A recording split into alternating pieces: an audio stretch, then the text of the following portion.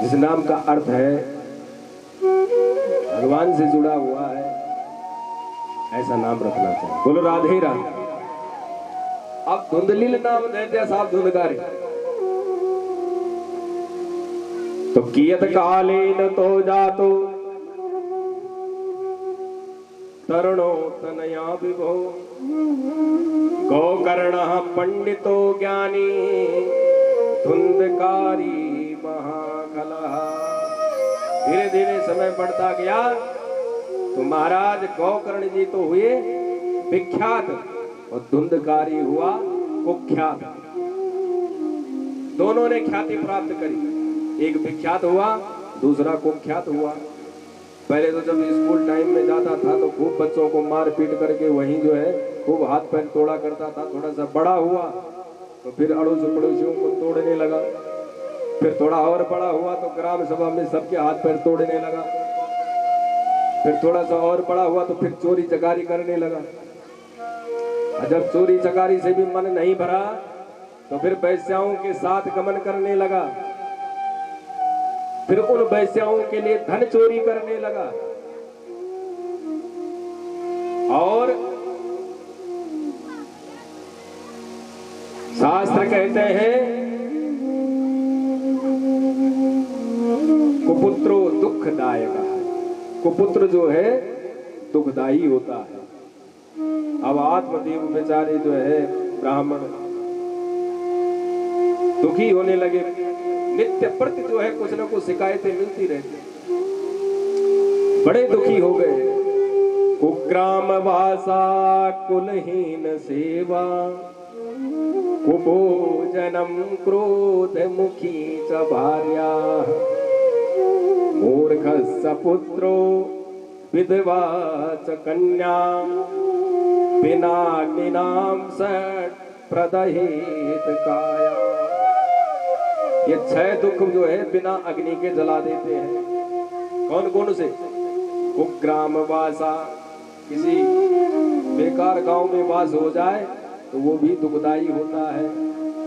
कुलहीन सेवा, वंश परंपरा के अनुसार जो सेवा सास ससुर माता पिता की होती आई है उसके विपरीत सेवा होने लगे, उनके विपरीत सब कुछ चलने लगे तो वो भी दुखदाई होता है। कुभोजनम, भोजन भी अगर मन के अनुसार न मिले तो वो भी दुखदाई होता है। और पत्नी यदि ज्वालामुखी मिल जाए तो बार बार फटती रहे। क्रोध मुखी च भार्या, पत्नी अगर ज्वालामुखी मिल जाए कि छोटी छोटी बातों में भी फटती रहे बार बार तो बोले जीना महाराज जो है दुश्वार हो जाता है। क्रोध मुखी च भार्या मूर्खस्य पुत्रो, पुत्र यदि मूर्ख हो जाए, मूर्खस्य पुत्रो विधवा च कन्या, और कन्या यदि विधवा हो जाए तो ये भी बोले मृत्यु के समान होता है, उसका दुख देखा नहीं जाता है। बिना अग्निना सट प्रदहेत कायाम, इस शरीर को बिना अग्नि के ये 6 दुख जला देते हैं, नष्ट कर देते हैं। तो पुत्र जो है यदि कुपुत्र हो जाए तो बड़ा दुखदाई होता है, और यदि संस्कारवान पुत्र हो जाए तो महाराज जीवन जो है बड़ी सहजता से मधुरता से कट जाता है। संस्कार अपनी संतति को ऐसे दीजिए कि कल को आकर के आपको ताने न मारे। अभी से कूट कूट करके संस्कार भरिए और पिटाई करो, ऐसी पिटाई करो जैसे कुमार घड़े की करता है। क्या लाड प्यार से बेटा बिगड़े, भेद देने से नारी। ज्यादा लाड प्यार करोगे तो बेटा बिगड़ेगा, निश्चित बिगड़ेगा। और अगर गलती करता है, टोक देते हो, डांट देते हो, तो बेटा जो है अगली बार सोच करके गलती करेगा।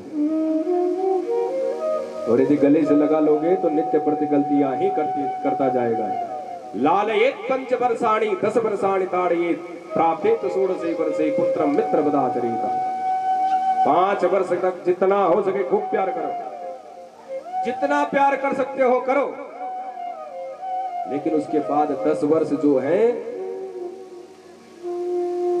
लालयित 5 वर्षाणि 10 वर्षाणि ताड़यित। अगर वो गलत करता है तो उसको ताड़िए, डांटिए, उसको सिखाइए और प्राप्ति तो 16 वर्ष है, जैसे 16 वर्ष में प्राप्त हो जाए पड़ जाए तो पुत्र मित्र बदाचरण, पुत्र के साथ मित्रवत आचरण करना चाहिए। फिर उसकी सारी भावनाओं को समझना चाहिए। नहीं समझोगे 16 वर्ष के बाद डांट दोगे तो न जाने कहां भाग जाएगा, फिर पर्चे छपवाते फिरोगे गुमशुदा तलाश। शास्त्रोक्त विधि से संतति को सिखाइए, उसको संस्कार, उसके जीवन में खूब संस्कार डालिए, उसको सिखाइए। जब हमारे खुद के अंदर संस्कार नहीं होंगे तो हम संतति को क्या संस्कार सिखाएंगे भाई? जब हमने खुद अपने माता पिता का सम्मान नहीं किया तो हम अपनी संतान को क्या शिक्षा दे सकते हैं? यदि हमने अपनी माता पिता का सम्मान किया है, हमारे माता पिता ने हमें संस्कार दिए हैं, हम उन मूल्यों पर, उन संस्कारों पर चले हैं, बड़े हैं, तो हमारी संतति भी निश्चित रूप से उस पर चलेगी। यदि हम नहीं चले हैं तो हमारी संतति भी बिल्कुल नहीं चलने वाली। हमने थोड़ा बहुत सम्मान कर भी लिया होगा, वो लात मार करके बाहर फेंकेंगे। संतान को जो है संस्कार देना माता पिता का फर्ज बनता है। पहली गुरु है मां, इसलिए संतान को जितना हो सके संस्कार दीजिए। 5 वर्ष होते हैं प्रेम करने के लिए बालक से, लेकिन उसके बाद यदि अधिक मोह करोगे तो पुत्र मोह हमेशा नाश करेगा। धृतराष्ट्र ने पुत्र मोह किया, सब कुछ नष्ट किया। ठीक है, इसलिए पुत्र मोह नहीं होना चाहिए। अरे कल को कामयाब बन जाएगा, किसकी संतान कहलाएगा? तुम्हारी। नाम किसका होगा? तुम्हारा। संस्कार तुम्हारे दिए होंगे तो सम्मान किसका करेगा? तुम्हारा। सब कुछ तुम्हारा होगा, किसी और का नहीं होने होगा। इसलिए अपनी संतानों को जो है खूब संस्कार देने चाहिए। गुरु यदि डांट दे, मार दे, फटकार दे, कभी पलट के जवाब नहीं देना चाहिए। गुरु, सचिव और वैद्य, जिस दिन ये चाटुकार हो जाए समझ लो व्यक्ति का नाश होने वाला है। क्या डॉक्टर यदि आपके मन के मुताबिक आपको खिलाने पिलाने लग गया है तो समझ लो बहुत जल्दी मृत्यु आएगी, मरेगा। सचिव यदि मंत्री के आपके अनुसार कहने लगा, आपका जो पर्सनल पीए है वो आपके मन के मुताबिक कहने लगा तो समझ लीजिए बहुत जल्दी विनाश होने वाला है, सारा राजपाट नष्ट होने वाला है। उसी प्रकार गुरु, ब्राह्मण यदि ये चाटुकार हो जाएं, आपके मन के मुताबिक कहने लगे, उनसे अपनी प्रशंसा की उम्मीद मत कीजिए। यदि आपको कटु वचन कहते हैं तो वो कटु वचन आपके लिए श्रेयस है, कल्याणकारी है, आपका कल्याण होगा, उससे आगे आपके लिए अच्छा होगा, ना कि बुरा होने वाला है। चाटुकार था, हाँ जी सब कुछ ठीक है, बस तो समझ लो बेड़ा गर्क होने वाला। इसलिए सचिव इनको कभी भी चाटुकार नहीं होना चाहिए।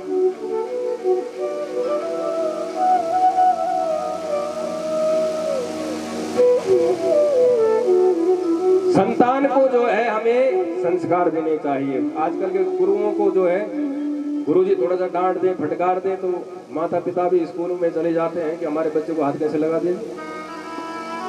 तुम होते कौन है? खिलाए पिलाए हम और मारो तुम। हमने नहीं मारा आज दिन तक, तुमने कैसे हाथ उठा दिया? तो समझ लो आगे जाकर के उस गुरु का कुछ नहीं होगा, तेरा बहुत कुछ हो जाएगा। पहले आपने सुना होगा कि फलाने गुरुजी हुआ करते थे, इतना मारते थे महाराज कि क्या करें, उनके सामने जाने में डर लगता। आजकल के गुरुजी के सामने बच्चे ऐसे जाते हैं, गुटखा मुंह में भर रखा है और गुरुजी के सामने बिल्कुल छाती तान करके जा रहे हैं। कोई भय ही नहीं है। क्यों? क्योंकि माता पिता का जो स्नेह मिला हुआ है संतान को, इसलिए। नहीं तो उसकी औकात नहीं थी जो वो गुरुजी के सामने मुंह में गुटखा भर करके और छाती तान करके चला जाता है। माँ बाप के कारण जो है ये सब कुछ होता है। यदि आप घर में खूब सुधारते ना तो जिंदगी में कभी नहीं करने वाले। इसलिए संतति को संस्कार देना माता पिता का फर्ज है। आजकल के गुरुओं के भरोसे मत रहना, क्योंकि वो माँ से रुपये काणे टर रहा है टीचर मास्टर किसको कहते हैं? जो महीने महीने तनख्वाह के लिए जो है रोता रहता है। माँ से रुपये काणी टर रहा है इतने मास्टर है। आजकल के गुरु नहीं रह गए, उन्हें भी केवल महीने की तनख्वाह चाहिए होती है बस। अब तुम्हारा बेटा बीड़ी फूके, भांग फूके, दारू पिए, उनसे कोई लेना देना नहीं। क्योंकि अगर वो कह भी देंगे तो पीछे से तुम लठ लेकर के पहुंच जाओगे, हमारे बच्चे पे कैसे हाथ लगा दिया महाराज। इसलिए जो है आजकल कोई नहीं कहता है। संतति को संस्कार देना आपका काम है। अपनी संतानों में कूट कूट करके जो है संस्कार भरिए। जिस प्रकार से कुम्हार घड़े को पीट पीट करके खूब मजबूत बना देता है, उसी प्रकार अपनी संतति को बनाइए। गलत करता है तो खूब ठोकी, कभी जाकर के सुधरेगा। बोल राधे राधे। गौकर्ण जो है महान खल पैदा हुआ, महान दुष्ट पैदा हुआ। किसके कारण? धुंधली के कारण। धुंधली का श्रेय मिला हुआ था, आत्मदेव का इकलौता था, लाड प्यार से बिगड़ा हुआ था। अब क्या हुआ महाराज?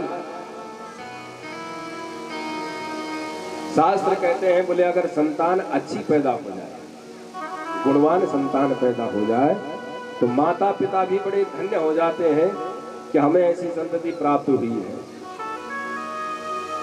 वो भी कहते हैं सर्वतीर्थमयी माता सर्वदेवमयो पिता। जो संतान ऐसा मानती है, ऐसी संतति को देख करके माता पिता कहते हैं कि हमें जो है सुंदर गुणवान पुत्र मिला हुआ है भगवान की कृपा से। जो अपने माता पिता में तीर्थों का, मंदिरों का दर्शन करता है। गोस्वामी तुलसीदास जी रामायण में कहते हैं, सोई जननी सोई सुत बड़ भागी, सोई जननी सोई सुत बड़ भागी। जो पितु मातु चरण अनुरागी, जो पितु मातु चरण अनुरागी। सोई जननी सोई सुत बड़ भागी, सोई जननी सोई सुत बड़ भागी। जो पितु मातु चरण अनुरागी, जो पितु मातु चरण अनुरागी। जो माता पिता के वचनों के अनुसार चले, ऐसी संतान बोले पाकर के जो है माता पिता जो है धन्य हो जाते हैं। लेकिन जो है आत्मदेव ब्राह्मण जो है दुखी हो गए। क्यों? क्योंकि दुष्ट संतति प्राप्त हो गई। नित्य प्रति कुछ न कुछ जो है सुनने को मिलता था। आज तुम्हारे बेटे ने ये कर दिया, तुम्हारे बेटे ने वो कर दिया। बोल राधे राधे। ध्यान दीजिए। आत्मदेव ब्राह्मण बड़ा दुखी हो गया।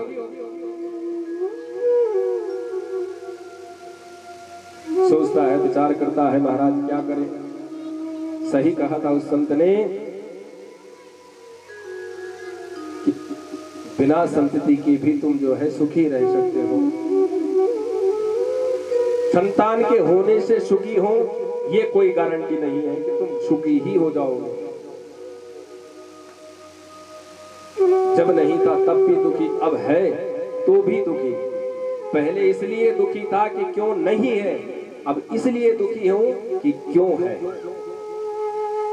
क्यों ऐसी दुष्ट संतति प्राप्त हो गई मुझे।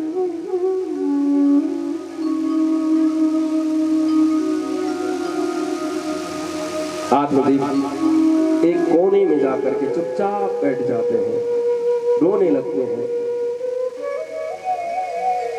ऐसी संतान से तो अच्छा मर जाना ही बढ़िया है। गोकर्ण जी ने देखा कि पिताजी एक कोने में जाकर के रो रहे हैं, तो गोकर्ण तो जो है गुणवान पुत्र, आत्मदेव ब्राह्मण के पास पहुंच करके बोले, पिताजी पर आप क्यों दुखी हैं? किस बात से दुखी हैं? बोले, बेटा तेरे भाई ने जो ये सब किया इसके कारण मैं दुखी हूं। बोले, पिताजी सुखस्य दुखस्य न को विधाता, सुख दुख को देने वाला नहीं होता है कोई, ये मन का भ्रम है आपका।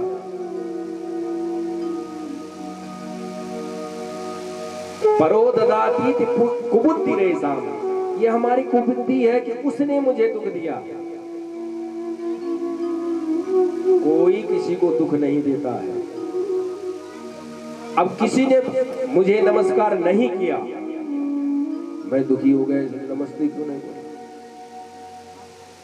सोचने लगा, विचारने लगा, दुखी हो गया। तो उस व्यक्ति ने दुखी किया नहीं। अरे नहीं किया तो नहीं किया, आज हो सकता है कहीं ध्यान इधर उधर होगा, नहीं किया। लेकिन कुबुद्धि बार बार यही सोचेगी, अब बहुत बड़ा हो गया, पैसे वाला हो गया, इसलिए इसने नमस्कार नहीं किया होगा, ऐसा हो गया, वैसा हो गया, नाना प्रकार की बातें। तो सुख दुख का कोई दाता नहीं होता है, ये हमारी कुबुद्धि है, यही हमें सुख दुख देती है। मन की पूर्ति में हम सुख अनुभव कर लेते हैं और मन की अपूर्ति में हम दुख अनुभव कर लेते हैं। हमारे मन की हो गई तो हम खुश हो जाते हैं, तो हमारे मन की नहीं हुई तो हम दुखी हो जाते हैं। गोकर्ण जी सुंदर उपदेश देते हैं अपने पिताजी को, ध्यान पूर्वक सुनिएगा। न चेन्द्रस्य सुखं किंचित न सुखम चक्रवर्तिनः सुखमस्ति विरक्तस्य मुनिरेकांत जीवनः। पिताजी आप क्या सोच रहे हैं? अरे जो इंद्रासन पर बैठा हुआ है वो भी सुखी नहीं है। न चेन्द्रस्य सुखम किंचित न सुखम चक्रवर्तिनः, जो इस पृथ्वी का चक्रवर्ती सम्राट भी होगा वो भी सुखी नहीं है। तो फिर सुख किसके पास है? सुखमस्ति विरक्तस्य, जो विरक्त है, जो इस संसार से विरक्त हो चुका है, आसक्ति त्याग चुका है, ऐसे विरक्त व्यक्ति के पास ही सुख है। देहे स्थिमान सुरुदिरे भेमतिं त्यजतुम जाया सुतादिषु सदा ममतां विमुञ्च पश्यानिशं जगदिदं क्षणभङ्गनिष्ठं वैराग्यरागरसिको भव भक्तिनिष्ठः। धर्मं भजस्व सततं त्यज लोकधर्मान् सेवस्व साधु पुरुषान् जहि कामतृष्णान् अन्यश्च दोष गुणचिन्तनमाशु मुक्त्वा सेवा कथा रस महो नितराम पिबत्तुम। पिताजी देखो, 2 श्लोकों में पूरा ज्ञान भर दिया पिताजी के बुद्धि में। इन 2 श्लोकों को हम भी ध्यान से सुनते हैं। देहे स्तिमान सुरुधिरे, ये जो हमारा शरीर है, ये अस्थि, मांस और रुधिर का एक पिंड है। इसमें खून भी है, हड्डियां भी है, मांस भी है, बाल है। देहे स्तिमान सुरुधिरे अभिमतिं त्यजः। इस शरीर के रिश्ते नातों से अभिमति को हटाओ कि ये मेरा पुत्र है, ये मेरा भांजा है, ये मेरा पोता है, ये मेरी पोती है, ये मेरा मकान है, मेरी दुकान है। इस मेरे को हटा दो। अभिमतिं त्यजः, इस दुर्मति को त्यागो। कोई किसी का नहीं है। यूं समझो पिताजी कि हम किसी ट्रेन में चल रहे हैं और जहां पर हमारा स्टेशन होगा हमें उतरना है, दूसरे का स्टेशन होगा दूसरे को उतरना है। मतलब हम इस संसार में आए हैं, इस संसार में आए यात्रियों के रूप में हमें परिवार वाले मिले। जिसका समय पूरा हुआ वो चला गया, यानी कि उसका स्टेशन आ गया। अब जिसका स्टेशन आता रहेगा वो जाता रहेगा। जैसे आप किसी ट्रेन में बैठे, उस डिब्बे में 8-10 लोग आपके साथ में, अलग अलग जगह पे उन्हें उतरना होगा, तो जिसका स्टेशन जहां पर आएगा वो उतर जाएगा। ऐसे ही इस संसार में हमें भी भगवान ने भेजा है और हमारे नाते रिश्ते बना दिए। किसने? हमने। अब हम उस माया मोह के बंधन में बंध गए कि ये मेरा भांजा, ये मेरा पोता, ये मेरा बेटा, ये मेरा घर है, ये मेरी बहू है, ये मेरा करते रहते। इस बंधन में हम बंध गए। अब इनमें से जिसका स्टेशन आएगा उसको जाना, जिसका भी स्टेशन आएगा उसको उतरना है, जाना है। जिसका समय नजदीक होगा हो जाएगा, जिसकी मृत्यु आएगी जाएगा। आया है सो जाएगा, राजा रंग फकीर। तो बोले पिताजी आप इस देह के नाते रिश्तों को इतना महत्व मत दीजिए। जाया सुता दिशु सदा ममताम विमुच्चः। ये जो पति पुत्र पत्नी ये सब की जो माया ममता के बंधन में तुम बंधे हुए हो, इसको त्यागो, मुक्त हो जाओ, विमुक्तम।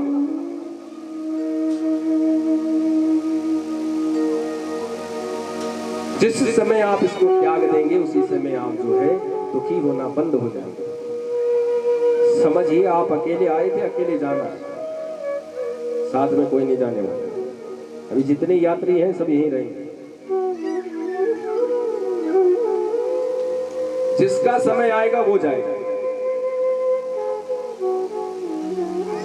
पश्यानिशं जगदिदं क्षणभंगनिष्ठम्। ये जो मनुष्य शरीर हमें प्राप्त हुआ है ना पिताजी, ये क्षण भंगुर है, पानी के बुलबुले के समान है।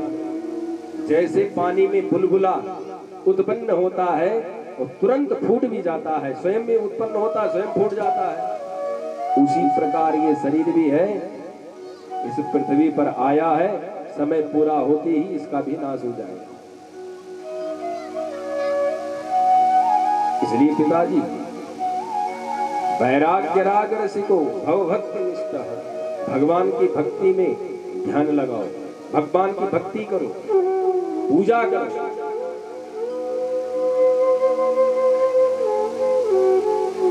धर्मं भजस्व सततं त्यज लोक धर्मान। धर्म का भजन करो, धर्म को भजो, यानी कि साधु संतों की संगति करो, सेवस्व साधु पुरुषान जय काम कृष्णा। साधु पुरुषों की सेवा करो महाराज, वहीं से ज्ञान की प्राप्ति होगी। साधुओं की, ब्राह्मणों की सेवा करो, उसी से सब कुछ प्राप्त हो सकता है। वही मार्गदर्शक है, वही आपको मार्ग बतला सकते हैं और वही जीवन के समस्त कष्टों को दूर कर सकते हैं।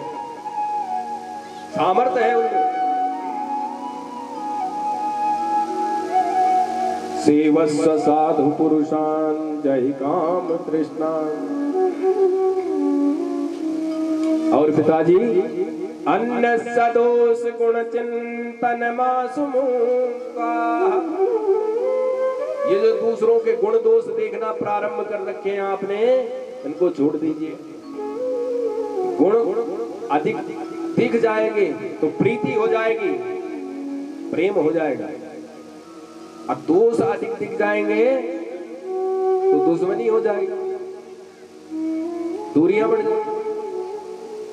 ना तो उनके गुणों को देखो, ना उनके दोषों को देखो। गुण दोष रहित होकर अन्य दोष गुण चिंतन मासुमुका। क्यों किसी के गुणों का, किसी के दोषों का बखान करते रहते हो जगह जगह पर? इसलिए किसी के गुण दोष मत देखिए। किसी में गुण होंगे तो ठीक, दोष होंगे तो भी ठीक, तुम्हें क्या लेना देना उससे। गुण दोष की चर्चा मत कीजिए पिताजी। क्या करें? सेवा कथा रस महो नितराम पिबत्वम। भगवान की नित्य प्रति कथाओं को श्रवण करते रहो। भगवान की कथा श्रवण करो, कल्याण हो जाएगा। इस प्रकार से दो श्लोकों को विधिवत रूप से जो है गौकर्ण जी ने अपने पिताजी को समझाया। वैराग्य मन में उत्पन्न हो गया। पुत्र जो प्रेम मन में था, पुत्र के लिए जो आसक्ति थी, वो सब छूट गई। और भागवत के 10वें स्कंद का पाठ करके भगवान के परम धाम को प्राप्त हो गए। बोल भक्तवत्सल भगवान की जय। अब इधर गौकर्ण जी महाराज भी जो है तीर्थ यात्रा के लिए चले गए। अब धुंधकारी घर में जो है माता जी से कहता है कि जो पिताजी ने जितना धन छुपाया है सारा लेकर के आओ, और नहीं लाओगे तो तुम्हें मार डालूंगा। तो माता जी को ताड़ना ही देता है। माता भी दुखी हो गई और पुत्र दुख के कारण जो है कुएं में जा करके छलांग लगा करके आ गई, मर गई, आत्महत्या कर ली। अब वो धुंधकारी जो है घर में अकेला 5-5 वैश्याओं को लेकर के घर में आ गया। उन वैश्याओं के लिए मन के मुताबिक काम करता, जैसी वो वैश्याएं कहती वैसी वो सब कुछ करता। एक दिन राजा के घर में उसने चोरी करी। तो वैश्याओं ने सोचा कि अगर राजा को पता लग गया तो राजा इसको तो मृत्यु दंड देगा ही, लेकिन इसके साथ में हमें भी दंड मिलेगा, तो क्यों ना इसी को समाप्त कर दिया जाए। क्योंकि जो वैश्याएं होती हैं वो किसी पुरुष की नहीं होती है, व्यभिचारिणी स्त्री है। तो व्यभिचारिणी स्त्री जो है बोले कभी किसी की नहीं होती है। आत्मदेव ब्राह्मण का जो पुत्र धुंधकारी था वो वैश्याओं के चक्कर में पड़ गया। वैश्याओं ने क्या किया कि इसको खूब मदिरा पान करवाया, खूब दारू पिलाई, बेसुध हो गया। रात्रि के समय में जो है इसको पलंग पे बांध दिया। पलंग पे बांधा तो खूब पीटने लगी। पीटती है तो ये चिल्लाने लगा। चिल्लाता है तो इतने में एक वैश्या जो है चूल्हे से गरम गरम जो है अंगार लेकर के आती है और धुंधकारी के मुख में डाल देती है। तप्तांगार समूहासल तन्मुखे पिचिक्षुपु अग्नि ज्वाला ते दुखेन व्याकुलो निजनम गता। उस अग्नि की ज्वाला से जो है धुंधकारी की मृत्यु हो गई। मृत्यु हुई, प्रेत बन करके भटकने लगा। उधर गौकर्ण जी को पता लगा कि हमारे भैया माता पिता सब चले गए, तो उनका गया में जाकर के श्राद्ध करते हैं। गया में श्राद्ध किया तो श्राद्ध करके वापस अपने घर को आए। घर में आकर के अपने आंगन में थोड़ा सा साफ करके, धूल वूल जमी हुई थी उसको साफ करके वहां पर अपना एक अंगोछा बिछाया, उसी पर लेट गए। इतने में उन्होंने देखा कि एक जो है भैंसा उनके सामने से रंभा रहा है, कभी भेड़िया बन करके नाना रूप धारण कर रहा है। तो गौकर्ण जी समझ गए ये कोई प्रेत है जो रूप बदल रहा है। गौकर्ण जी ने तुरंत अपने हल में हाथ में अपने कमंडलू से जल लिया और छींटे मारे उस प्रेत पर और पूछा कि कौन हो भाई। तो वो प्रेत तुरंत बोल पड़ा, अहम भ्राता त्वदीयोऽस्मि धुंधकारी नामता स्वकीयेनेव दोषेण ब्रह्मत्वं नासितं मया। भैया मैं आपका ही भाई हूँ, धुंधकारी मेरा नाम है। अरे धुंधकारी, तुम प्रेत क्यों बने भटक रहे हो भाई? मैंने तो तुम्हारा गया में जाकर के श्राद्ध किया था, फिर तुम प्रेत कैसे बन गए? बोले गया श्राद्ध सतेनापि मुक्तिर्मे न भविष्यति।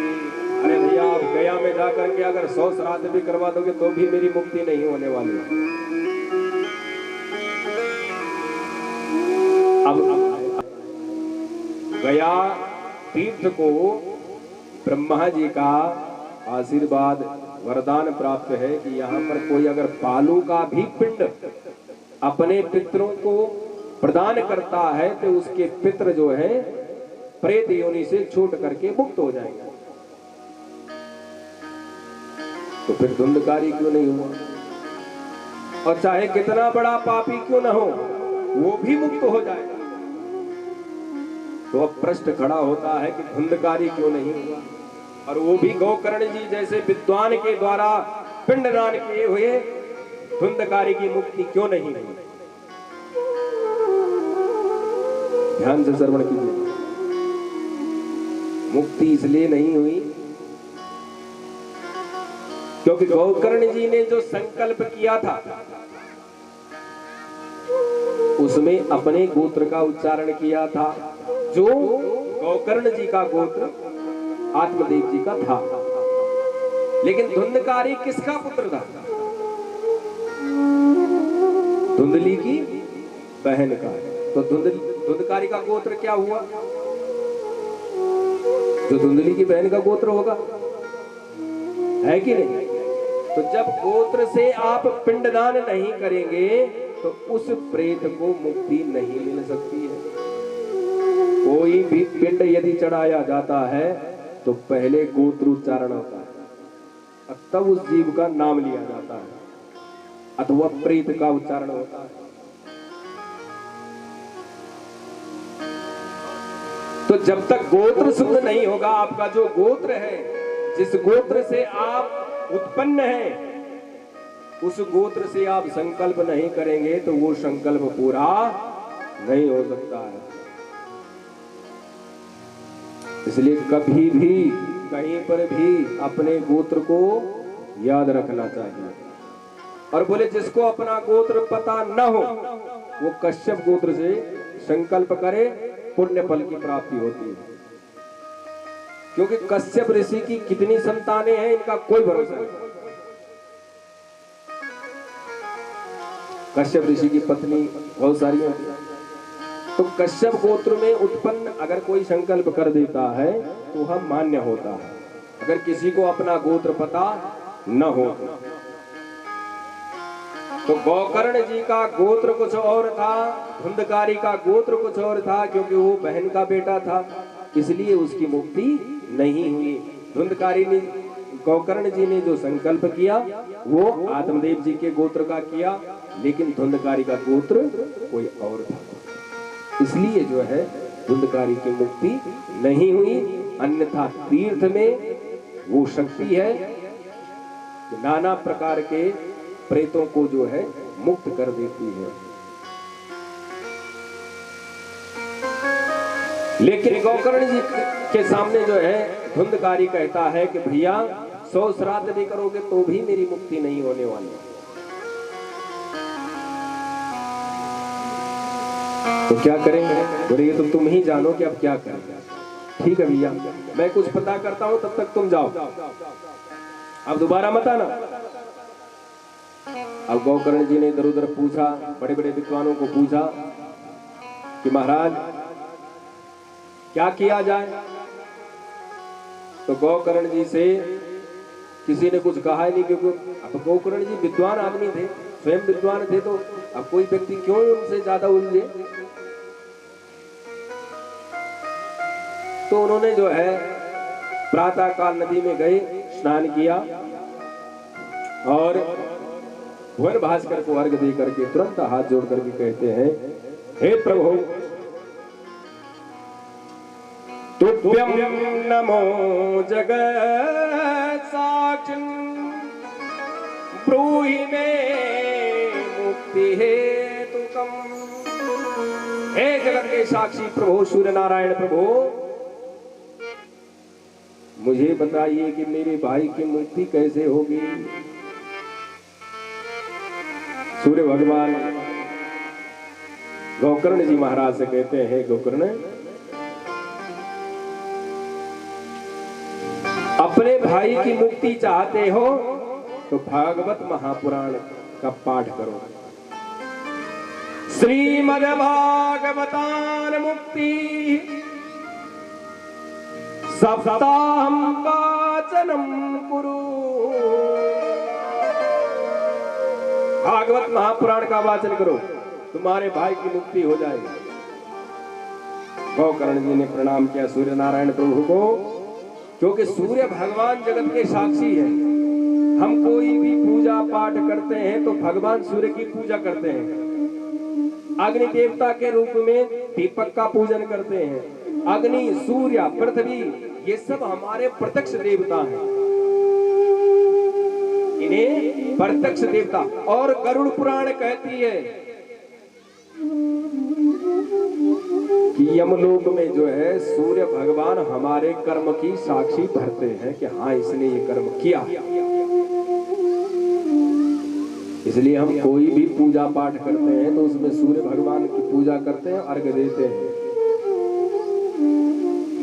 कि हे कर्म के साक्षी देवता, हम आपका पूजन कर रहे हैं और जो भी पूजा पाठ हम कर रहे हैं इसके साक्षी आप हैं। दुनिया झूठ कह सकती है, लेकिन आप जो है प्रत्यक्ष देवता हैं, आप कभी असत्य नहीं कह सकते हैं। इसलिए सूर्य का पूजन करते हैं। अग्नि देवता, ये सब जो है यम के दरबार में हामी भरते हैं कि हाँ इसने ये जो कर्म कह रहा है इसने किया है। इसलिए इनका पूजन हम करते हैं और तब कर्म को आगे बढ़ाते हैं। तो सूर्य नारायण भगवान को पता है कि कहां पर किसके लिए क्या किया गया। तो सूर्य नारायण भगवान ने बतला दिया कि जाओ भागवत महापुराण का वाचन करो और निश्चित रूप से तुम्हारे भाई को मुक्ति मिल जाएगी। अब क्या था महाराज, गोकर्ण जी महाराज ने अब जो है भागवत महापुराण जो है आषाढ़ माह में प्रारंभ कर दी। आषाढ़ के महीने में गोकर्ण जी महाराज ने भागवत महापुराण प्रारंभ किया। एक 7 गांठ का बांस वहां पर गड़ा हुआ था। धुंधकारी प्रेत बन करके डोल रहा था, क्योंकि प्रेत वायु प्रधान होते हैं, हवा आई सो ही उड़ जाएंगे। तो उनको स्थिर होने के लिए जगह चाहिए होती है। तो वहां पर 7 गांठ का एक बांस गड़ा हुआ था, उसी के अंदर बैठ करके धुंधकारी ने जो है 7 दिन तक कथा श्रवण की। पहले दिन की कथा हुई तो पहली गांठ उसकी फट गई, दूसरे दिन की कथा हुई कि दूसरी फट गई। एवं सप्त दिनस्यैव सप्त ग्रंथि विभेदनम। 7 दिन में 7 गांठ फट गई और दिव्य रूप धरो जाता तुलसी नाम मंडिता, दिव्य रूप धारण करके जो है गोकर्ण धुंधकारी जो है गोकर्ण जी के सन्मुख प्रकट हो गया। बोल भागवत भगवान की जय। तुरंत जो है हाथ जोड़ करके भागवत की महिमा का गान करता है। धन्या भागवती वार्ता प्रेत पीड़ा विनाशनी, सप्ताहोऽपि तथा धन्या प्रेत कृष्ण लोक फलप्रदः। धन्या भागवती वार्ता प्रेत पीड़ा विनाशनी, सप्ताहोऽपि तथा धन्या कृष्ण लोक फलप्रदा।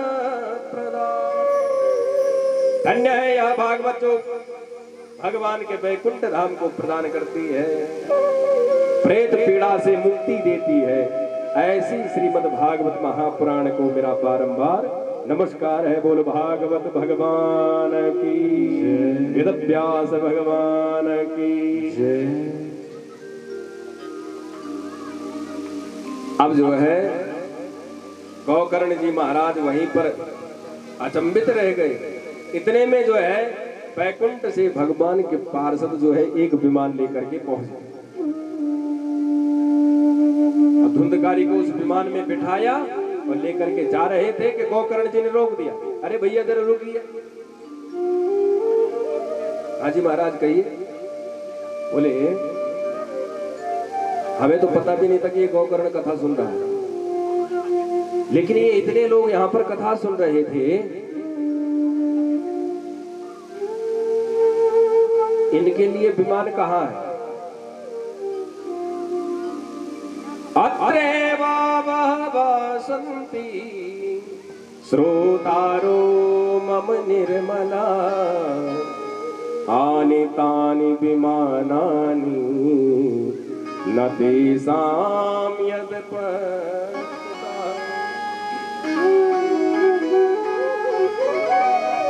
अत्रैव वसन्ति, ये जितने भी श्रोता हैं, श्रोतारो मम निर्मला, सब निर्मल मन है। लेकिन आप एक के लिए लेकर के क्यों आए? इन्होंने क्या बिगाड़ा महाराज आपका? जो यहाँ पर कथा सुनने के लिए आए थे, उन्होंने क्या बिगाड़ा आपका? तब भगवान के पार्षद कहते हैं, हे गोकर्ण जी महाराज, किस्रवणस्य विभेदेन फलवेदोऽत्र संस्थितः। इनके सुनने में और धुंधकारी के सुनने में बहुत फर्क है। ये यहाँ बैठे हुए थे, इनको व्यास जी बार बार कह रहे थे कि ध्यान दो, पर इन्होंने ध्यान नहीं दिया। इनका ध्यान इधर उधर ही था। ये कथा कम, इधर उधर ज्यादा देख रहे थे, कथा सुनी नहीं रहे, तो इनका ध्यान ही नहीं था कथा, इसलिए इनको फल नहीं मिला। लेकिन धुंधकारी ने निराहार होकर के, संकल्पित होकर के भगवान की कथा को श्रवण किया है, और वो भी एक बांस के गड्ढे में बैठ करके उस कथा को श्रवण किया है। निराहार होकर के निर्मल मन से, एक मन एक चित्त होकर के उसने कथा को श्रवण किया है। इसलिए भगवान ने एक ही विमान को भेजा है। सुनने में भेद है, हमारी बुद्धि में कोई भेद नहीं है। अच्छा महाराज, तो ठीक है, आपकी बात लेकर के जाइए, अभी दोबारा प्रोग्राम होगा तो तब देखेंगे। गोकर्ण जी के सामने ही धुंधकारी को जो है भगवत पार्षद अपने परम धाम को लेकर के चले गए। बोल भागवत भगवान की जय, भक्तवत्सल भगवान की जय। अब गोकर्ण जी से रहा नहीं गया कि भाई भैया तो मुक्त हो गई, लेकिन जो है ये हमारे श्रोता जो भी थे बेचारे, सब चेहरा लटक गया सबका। क्या करें? श्रावण के महीने में दोबारा, आषाढ़ के महीने में धुंधकारी के लिए करी और श्रावण के महीने में फिर से भागवत हो गए। अब क्या था महाराज, सभी लोगों ने कथा श्रवण करी और अब की बार एक मन एक चित्त होकर के सभी ने ध्यान पूर्वक कथा श्रवण करी तो साक्षात भगवान वैकुंठ से अनेक विमान लेकर के, जितने श्रोता उतने विमान लेकर के स्वयं गोकर्ण जी को गले लगा करके सभी भक्तों को लेकर के साथ में वैकुंठ धाम को पधार गए।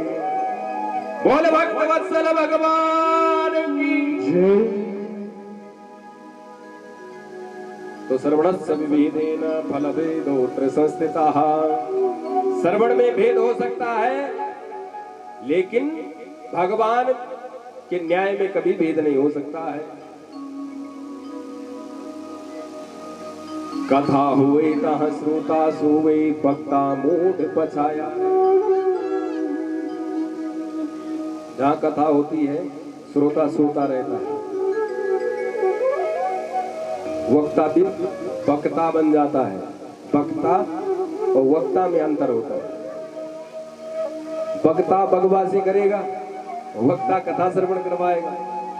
तो जब श्रोता सोता हो जाएगा तो वक्ता वक्ता हो जाएगा। क्या? जब सुनोगे नहीं तो फिर व्यास जी भी जो है दो सीढ़ियां एक साथ में टप लेंगे और अगर सुनोगे तो एक एक सीढ़ी को पार करने का प्रयास करेंगे कि जितना हो सके जो है सुनाने का प्रयास करेंगे। बोल राधे राधे।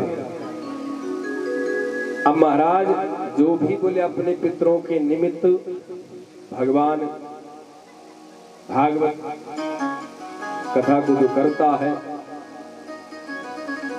निश्चित रूप से बोले उसके पितरों को जो है मुक्ति मिल जाती है और वैकुंठ लोक की प्राप्ति हो जाती है।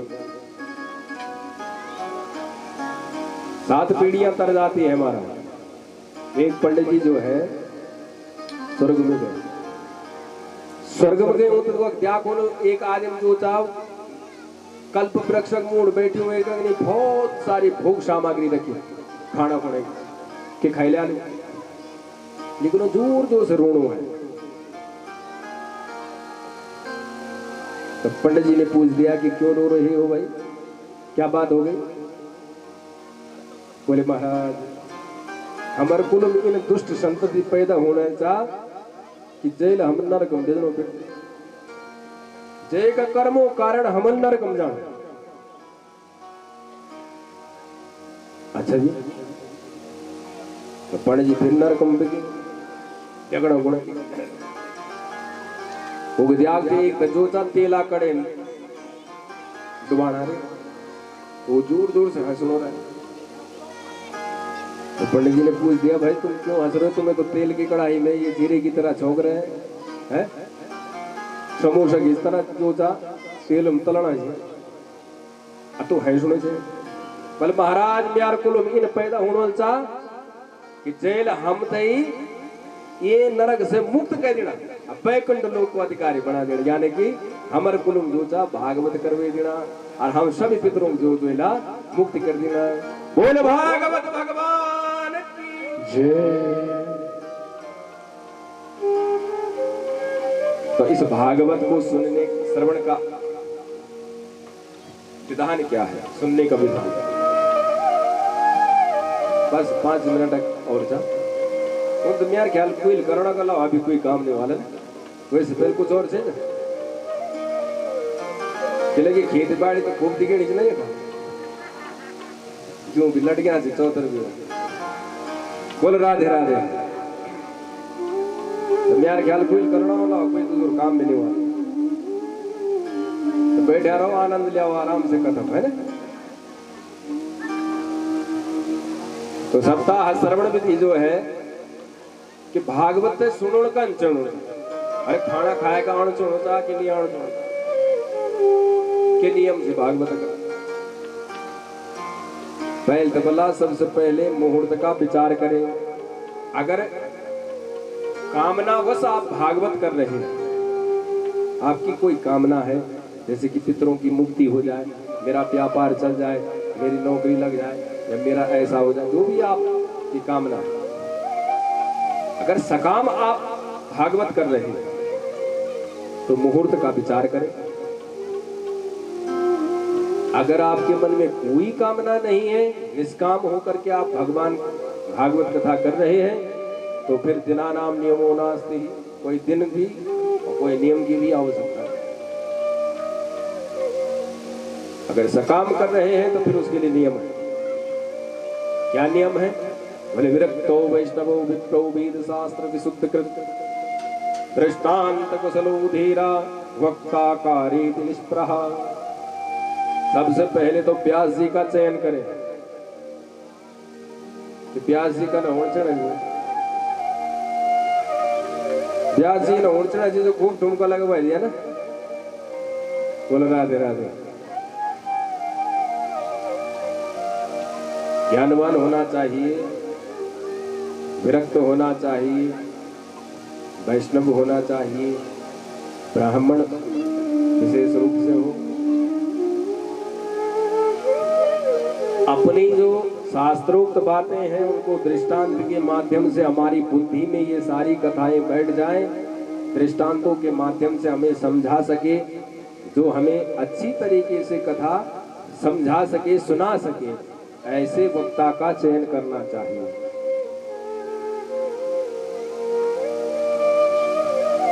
और भोजन यदि बोले आपसे नहीं रहा जाता है, आप नहीं रह सकते हैं, व्रत नहीं रख सकते हैं, तो कोई जबरदस्ती नहीं है कि आपने व्रत रखना है।